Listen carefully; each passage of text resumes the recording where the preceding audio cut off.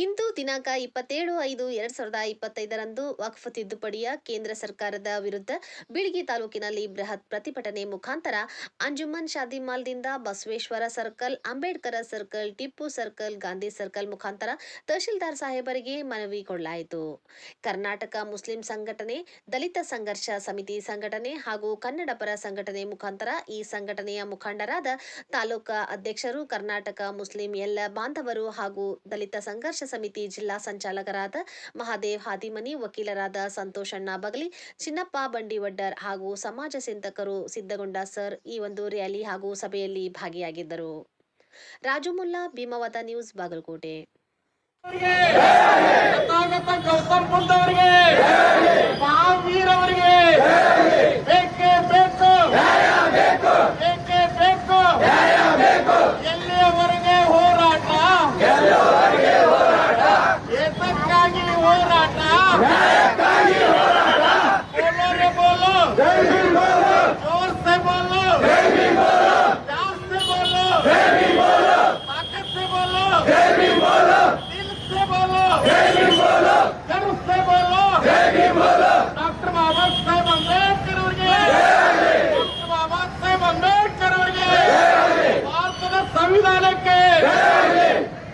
ಈಗ ಶಾಂತಿ ರೀತಿಯಿಂದ ತಹಶೀಲ್ದಾರ್ ಆಫೀಸಿಗೆ ಹೋಗಿ ಮನವಿ ಮಾಡಬೇಕು. ಅದಕ್ಕೆ ಎಲ್ಲರೂ ಕೂಡ ಒಂದು ರಸ್ತೆಯಿಂದ ಶಾಂತಿ ರೀತಿಯಿಂದ ಹೋಗ್ಬೇಕಂತೇಳಿ, ಅದೇ ರೀತಿ ಬಾಬಾ ಸಾಹೇಬ್ ಅಂಬೇಡ್ಕರ್ ಅವರಿಗೆ ಮಾಲಾರ್ಪಣೆ. ಆತ್ಮೀಯ ಬಂಧುಗಳೇ, ನಮ್ಮ ಹಿರಿಯರು ಆತ್ಮೀಯರಾದಂಥ ಅಲ್ಪಸಂಖ್ಯಾತರ ಮುಖಂಡರಾದಂಥ ಮೌಲಾನಾ ಅಬುಲ್ ಸಮದ್ ಕಾಜಿ ಅವರು ಡಾಕ್ಟರ್ ಬಾಬಾ ಸಾಹೇಬ್ ಅಂಬೇಡ್ಕರ್ ಅವರಿಗೆ ಮಾಲಾರ್ಪಣೆ ಮಾಡಬೇಕಂತ ತಮ್ಮಲ್ಲಿ ವಿನಂತಿ.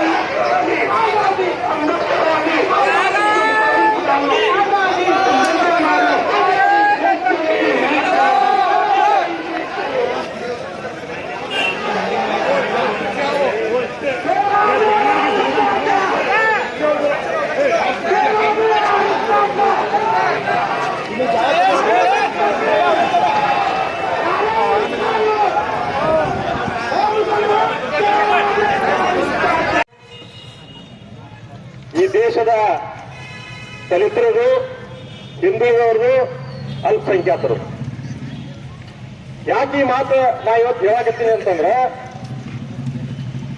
ಭಾರತದ ಮೇಲೆ ಬಹಳಷ್ಟು ದಾಳಿಗಳು ಕಳೆದ 5 ವರ್ಷದಿಂದ ನಡೆದಿದ್ದಾವೆ. ಅವೆಲ್ಲ ಹೋರಾಟಗಳಲ್ಲಿ, ಅದರ ಮುಂಚಿತವಾಗಿ ನಡೆದಂತಹ ಹೋರಾಟಗಳಲ್ಲೂ ಕೂಡ ನಾವು ಈ ದೇಶಕ್ಕೆ ಪ್ರಾಣವನ್ನ ಕೊಟ್ಟಿರ್ತಕ್ಕಂಥವ್ರು. ಈಗಾಗಲೇ ಈ ದೇಶದ ಇತಿಹಾಸ ಏನಿದೆ ಅನ್ನೋದ್ರ ಬಗ್ಗೆ 3 ಜನ ಹಿರಿಯರು ಮಾತನಾಡಿದರು. ಆದರೆ ಒಬ್ಬ ಕಾನೂನು ಪಾಲಕನಾಗಿ ಕೆಲವು ವಿಚಾರಗಳನ್ನ ಸಮಾಜದ ಗಮನಕ್ಕೆ ತರಲಿಕ್ಕೆ ಇಚ್ಛೆ ಪಡ್ತೀನಿ. ಹಿಂದೆ CAA NRC ಹೋರಾಟ ನಡೆದಾಗ ಈ ಪೂರ್ತಿ ಗ್ರೌಂಡ್ ತುಂಬಿ ಜನ ಬಂದಿತ್ತು. ಸಮಾಜದಲ್ಲಿ ಯಾವ ರೀತಿ ಸಂದೇಶಗಳನ್ನ ಇವತ್ತು ರಾಜಕಾರಣಿಗಳು ಕೊಡ್ತಿದ್ದಾರೆ ಅಂತ ಹೇಳಿದ್ರೆ ಆ ಸಮಾಜಕ್ಕಷ್ಟೇ ಅನ್ಯಾಯ ಆಗಿದೆ, ಅವರು ಹೋರಾಟ ಮಾಡ್ತಾ ಇದ್ದಾರೆ ಅನ್ನುವಂಥದ್ದನ್ನ ಬಿಂಬಿಸಲಿಕ್ಕೆ ಸಮಾಜದಲ್ಲಿ ಸುವ್ಯವಸ್ಥಿತವಾಗಿ ಪಿತೂರಿಗಳು ನಡೀತವೆ. ಒಂದು ವೇಳೆ ನಾನು ಹೇಳಿಕೆ ಇಚ್ಛೆ ಮಾಡ್ತೀನಿ, ಭಾರತದಲ್ಲಿ ಸಂವಿಧಾನ ಜಾರಿಯಾದ ನಂತರ ಬಹಳಷ್ಟು ಚರ್ಚೆಗಳ ನಂತರ ಸಂವಿಧಾನ ಜಾರಿಯಾಯಿತು.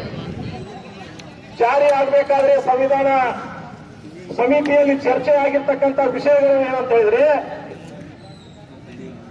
ಯಾವ ವ್ಯಕ್ತಿ ತಾನು ಬಯಸುವಂತ ಧರ್ಮವನ್ನ ಪಾಲನೆ ಮಾಡಬೇಕು, ತಾನು ಬಯಸುವಂತ ಸಂಘಟನೆಗಳನ್ನ ಕಟ್ಟಬೇಕು, ಇವರೆಲ್ಲಾ ಸಂಘಟನೆಗಳು ಕೂಡ ದೇಶದ ಸಂವಿಧಾನದ ಅಡಿಯಲ್ಲಿ ಬದುಕಬೇಕು ಅನ್ನುವಂತ ಚರ್ಚೆಗಳಾಯ್ತು.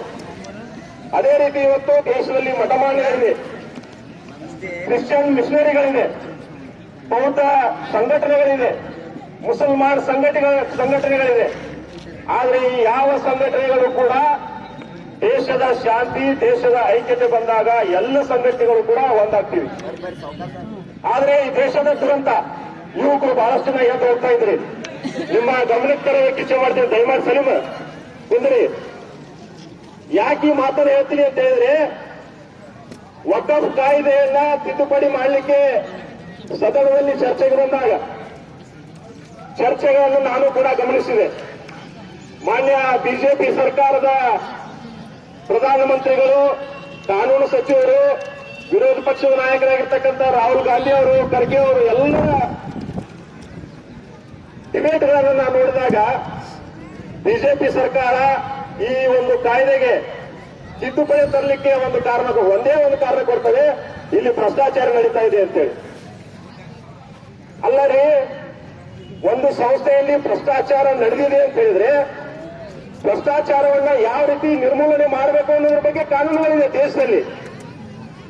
ಅದನ್ನು ನೀವು ಪರಿಪಾಲನೆ ಮಾಡದೆ ಇಡೀ ಕಾನೂನನ್ನೇ ಬದಲಾವಣೆ ಮಾಡೋದು ಯಾವ ರೀತಿಯ ನ್ಯಾಯ ಅನ್ನುವಂಥದ್ದು ಪ್ರಶ್ನೆ ನನ್ನಲ್ಲಿದೆ ಇವತ್ತು. ಈ ಹೋರಾಟದ ಉದ್ದೇಶವೂ ಕೂಡ ಅದೇ. ಬಹಳಷ್ಟು ಜನರಿಗೆ ತಪ್ಪು ಸಂದೇಶಗಳನ್ನು ಕೊಟ್ಟಿದ್ದಾರೆ. ಇಲ್ಲ, ಮುಸ್ಲಿಮರಲ್ಲೇ ಕೆಲವೊಂದಿಷ್ಟು ಶ್ರೀಮಂತರು ಈ ವಕಫ್ ಆಸ್ತಿಯನ್ನ ಬಳಕೆ ಮಾಡಿಕೊಂಡು ಬಡವರಿಗೆ ಏನೂ ಕೊಡ್ತಾ ಇಲ್ಲ ಅನ್ನುವಂತ ಕಾರಣವನ್ನು ಕೊಡ್ತಾರೆ. ನಾನು ಹೇಳ್ತೀನಿ, ಈ ದೇಶದಲ್ಲಿ ಒಬ್ಬ ವ್ಯಕ್ತಿಯ ಮೇಲೆ ಹಲ್ಲೆ ಆದಾಗ ಅವನನ್ನ ಹಿಡ್ಕೊಂಡು ಹೋಗಿ ಕಾನೂನಿನ ಅಡಿಯಲ್ಲಿ ಶಿಕ್ಷೆ ಕೊಡ್ತೀರಿ. ವಕಫ್ನಲ್ಲಿ ಆಗಿರ್ತಕ್ಕಂಥ ಅನ್ಯಾಯಗಳಿದ್ರೆ ಅವುಗಳ ತನಿಖೆ ಆಗಬೇಕು, ಮಾಡಿದಂತ ವ್ಯಕ್ತಿಗೆ ಶಿಕ್ಷೆ ಆಗಬೇಕು. ಅದನ್ನ ಬಿಟ್ಟು ಇಡೀ ಸಮಾಜಕ್ಕೆ ಏನು ನೀವು ಕೊಲೆ ಅನ್ಬೋದು, ಇದನ್ನ ಸಾಮೂಹಿಕ ಹತ್ಯೆಯನ್ನು ಮಾಡೋದಕ್ಕೆ ನೀವು ಹೊರಟಿದ್ದೀರಲ್ಲ, ನಿಮ್ಮ ಒಳಸಂಚು ನಮಗೂ ಕೂಡ ಅರ್ಥ ಆಗ್ತದೆ ಅನ್ನುವಂಥದ್ದು. ಈ ದೇಶದೊಳಗೆ ಚರ್ಚೆ ಮಾಡಲಿಕ್ಕೆ ವಿಷಯಗಳು ಬೇಕು ರಾಜಕೀಯ ವ್ಯಕ್ತಿಗಳಿಗೆ. ನಾ ಯಾವ ಪಕ್ಷನ ಸಮರ್ಥನೆ ಮಾಡ್ಕೊಳ್ಳೋದಿಲ್ಲ, ಯಾವ ಪಕ್ಷದ ವಿರೋಧ ಮಾಡ್ಕೊಳ್ಳೋದಿಲ್ಲ. ರಾಜಕೀಯವಾಗಿ ತಾವು ಅಧಿಕಾರದಲ್ಲಿ ಇರಬೇಕು ಅಂತ ಹೇಳಿದ್ರೆ ದೇಶದ ಜನರ ತಲೆಯೊಳಗೆ ಏನಾದ್ರೂ ಒಂದು ವಿಷಯವನ್ನು ಬಿತ್ತಬೇಕು. ಹಿಂದೆ CAA NRC ವಿಷಯದಲ್ಲಿ ಆಗಿದ್ದು ಕೂಡ ಇದೆ, ಈಗಲೂ ಕೂಡ ವಕಫ್ ವಿಷಯದಲ್ಲಿ ಆಗ್ತಾ ಇರೋದು ಕೂಡ ಇದೆ. ಒಂದು ಧರ್ಮದ ಆಸ್ತಿಯನ್ನ ರಕ್ಷಣೆ ಮಾಡಲಿಕ್ಕೆ ಆ ಧರ್ಮದ ಜನರು ಸಂಘಟನೆಯಾಗಿ, ಒಂದು ಸಂಘವಾಗಿ ಆ ಒಂದು ಆಸ್ತಿಯನ್ನ ರಕ್ಷಣೆ ಮಾಡಿಕೊಳ್ಳುವಂತ ಹಕ್ಕು ಇವತ್ತು ಮುಸಲ್ಮಾನರಿಗೂ ಕೂಡ ಇದೆ, ಹಿಂದೂಗಳಿಗೂ ಕೂಡ ಇದೆ, ಕ್ರಿಶ್ಚಿಯನ್ರಿಗೂ ಕೂಡ ಇದೆ, ಬೌದ್ಧರಿಗೂ ಕೂಡ ಇದೆ, ಸಿಖ್ಖರಿಗೂ ಕೂಡ ಇದೆ. ಆದ್ರೆ ಇಡೀ ಎಲ್ಲ ಉಳಿದ ಜನ ಇವತ್ತು ಸೈಲೆಂಟ್ ಆಗಿದ್ದಾರೆ. ನಾನು ಈ ವೇದಿಕೆ ಮೂಲಕ ಹೇಳೋದಕ್ಕೆ ಇಚ್ಛೆ ಪಡ್ತೀನಿ, ಇಲ್ಲಿ ಬಂಡವಾಳಶಾಹಿಗಳ ಆಡಳಿತ ಪರಿವರ್ತನೆ ಆಗಿ ಬರ್ತಾ ಇದೆ. ಆದ್ರಿಂದ ಈ ಬಂಡವಾಳಶಾಹಿಗಳು ಏನು ಧರ್ಮದ ವಿಷಯವನ್ನು ಇಟ್ಕೊಂಡು ಇವತ್ತು ದೇಶವನ್ನ ವಿಭಾಗ ಮಾಡಿ ರಾಜಕೀಯವಾಗಿ ಲಾಭವನ್ನು ತೆಗೆದುಕೊಳ್ಳಕ್ಕೆ ಏನು ಹೊರಟಿದ್ದಾರೆ. ಇಂಥ ಸಂದರ್ಭದಲ್ಲಿ ಯಾರೂ ಕೂಡ ಇದು ಮುಸ್ಲಿಮರಿಗೆ ಮಾತ್ರ ಸಂಬಂಧ, ಇದು ಬೌದ್ಧರಿಗೆ ಮಾತ್ರ ಸಂಬಂಧ, ಇದು ಎಸ್ಸಿ ಅವರಿಗೆ ಮಾತ್ರ ಸಂಬಂಧ ಅನ್ನುವಂತ ಕಲ್ಪನೆಯನ್ನ ನಾವು ಯಾರು ಕೂಡ ಇಟ್ಕೋಬಾರದು. ನಾನು ಈ ವೇದಿಕೆಗೆ ಬರುವಾಗಲೂ ಕೆಲವೊಂದು ಚರ್ಚೆಗಳಾಯ್ತು. ಆದಾಗ ನನಗೆ ಕೇಳಿದರು, ಅಲ್ರಿ ವಕಫ್ ತಿದ್ದುಪಡಿ ಮಾಡಿದ್ರೆ ನೀವು ಯಾಕೆ ಹೋಗ್ತೀರಿ ಅಂತೇಳಿ. ನಾನು ಲಿಂಗಾಯತ್ ಚಾರಿಟಿ ಟ್ರಸ್ಟ್ಗಳಿಗೂ ಕೂಡ ಕಾನೂನುಗಳು ಬರ್ತದೆ, ಅವಾಗ ಯಾಕೆ ಮುಸ್ಲಿಮರು ಬರಬೇಕು ಅಂತ ನಾವು ಕೇಳಿದ್ರೆ, ಜನಸಂಖ್ಯೆಯ ಬೆಂಬಲ ಯಾವಾಗ ಯಾವ ವ್ಯಕ್ತಿಯ ವಿರುದ್ಧ, ಯಾವುದೇ ವ್ಯಕ್ತಿ ಇರಲಿ, ಯಾವುದೇ ಜಾತಿಯವ ಇರಲಿ, ಅವನ ವಿರುದ್ಧ ಸಂವಿಧಾನ ವಿರುದ್ಧವಾಗಿ ಯಾವುದಾದರೂ ಘಟನೆ ನಡೆದ್ರೆ ಅಲ್ಲಿ ಹೋಗಿ ನಾವು ಅವರನ್ನ ರಕ್ಷಣೆ ಮಾಡೋದು, ಅವರ ಬೆಂಬಲಕ್ಕೆ ನಿಂತಿರಬೇಕಾಗಿರ್ತಕ್ಕಂಥದ್ದು ಭಾರತದ ಪ್ರತಿಯೊಬ್ಬ ಪ್ರಜೆಯ ಕರ್ತವ್ಯ. ಇದನ್ನ ಹೊರತುಪಡಿಸಿ ನಾವು ಕೇವಲ ಮತದ ಆಧಾರದ ಮೇಲೆ, ಜಾತಿಯ ಆಧಾರದ ಮೇಲೆ, ಧರ್ಮದ ಆಧಾರದ ಮೇಲೆ, ಲಿಂಗದ ಆಧಾರದ ಮೇಲೆ ನಮ್ಮನ್ನ ವಿಭಾಗ ಮಾಡಿದ್ರೆ ಈ ದೇಶದ ಸಂಸ್ಕೃತಿಯನ್ನು ಉಳಿಸೋದಕ್ಕಾಗುದಿಲ್ಲ, ಈ ದೇಶದ ಐಕ್ಯತೆಯನ್ನು ಉಳಿಸೋದಕ್ಕಾಗುದಿಲ್ಲ, ಈ ದೇಶದಲ್ಲಿರತಕ್ಕಂಥ ಸಮಾನತೆಯನ್ನು ಉಳಿಸೋದಕ್ಕಾಗುವುದಿಲ್ಲ ಅನ್ನುವಂತ ಮಾತನ್ನ ಈ ಸಂದರ್ಭದಲ್ಲಿ ಹೇಳ್ತಾ ಬಾಂಧವರಿಗೆ ನಾನು ಕೂಡ ಹೇಳ್ತೀನಿ. ನಮ್ಮ ಕೆಪಿಸಿಸಿ ಅಧ್ಯಕ್ಷರು ಈ ಸಮಾಜದ ಸಾಕಷ್ಟು ಕಾನೂನುಗಳಾಗ್ಲಿ ಅವರ ಮೇಲೆ ಆಗಿರ್ತಕ್ಕಂಥ ಘಟನೆಗಳಾದಾಗ ಒಂದು ಮಾತನ್ನು ಹೇಳ್ತಾ ಇರ್ತಾರೆ, ನಾವು ಈ ದೇಶದಲ್ಲಿ ಇರ್ತಕ್ಕಂಥ ಪ್ರತಿಯೊಬ್ಬ ಪ್ರಜೆಯೂ ಕೂಡ ನಮ್ಮ ಬಂಧುಗಳು. ಕರ್ನಾಟಕ ರಾಜ್ಯ ದಲಿತ ಸಂಘರ್ಷ ಸಮಿತಿ ಅಲ್ಪಸಂಖ್ಯಾತರ ಜಿಲ್ಲಾ ಸಮಿತಿ Bagalkote, all India Muslim personal court.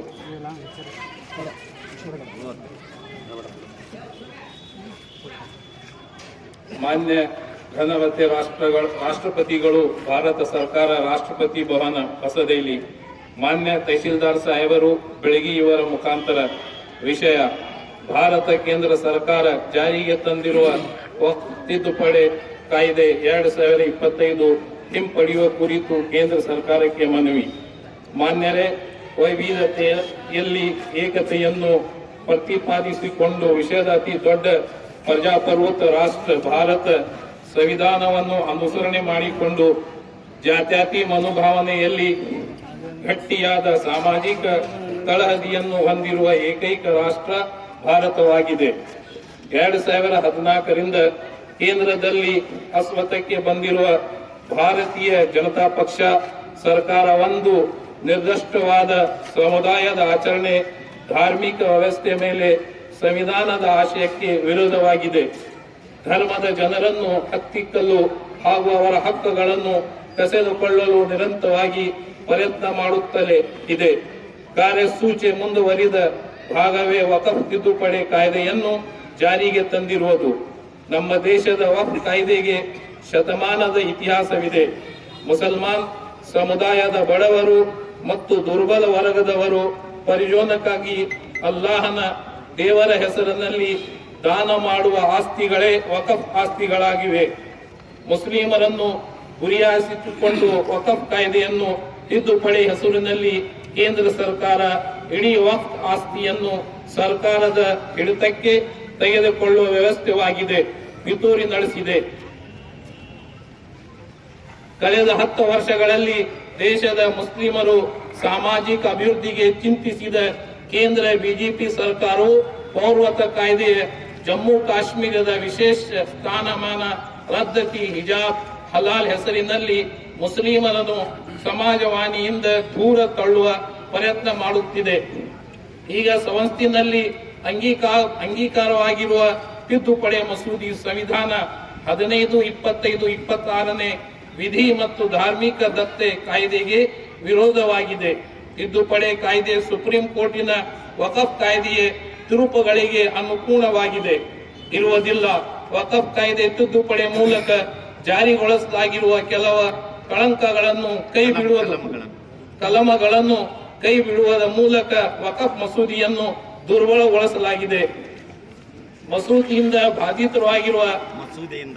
ಮಸೂದೆಯಿಂದ ಬಾಧಿತರಾಗಿರುವ ಮುಸಲ್ಮಾನರನ್ನು, ಮುಸಲ್ಮಾನ್ ಸಂಘಟನೆಗಳನ್ನು ಮತ್ತು ಮುಸಲ್ಮಾನ್ ಸಮುದಾಯವನ್ನು ಪರಿಗಣಿಸಿ ಅವರ ಅಭಿಪ್ರಾಯಗಳಿಗೆ ಮಾನ್ಯತೆ ನೀಡಿಲ್ಲ.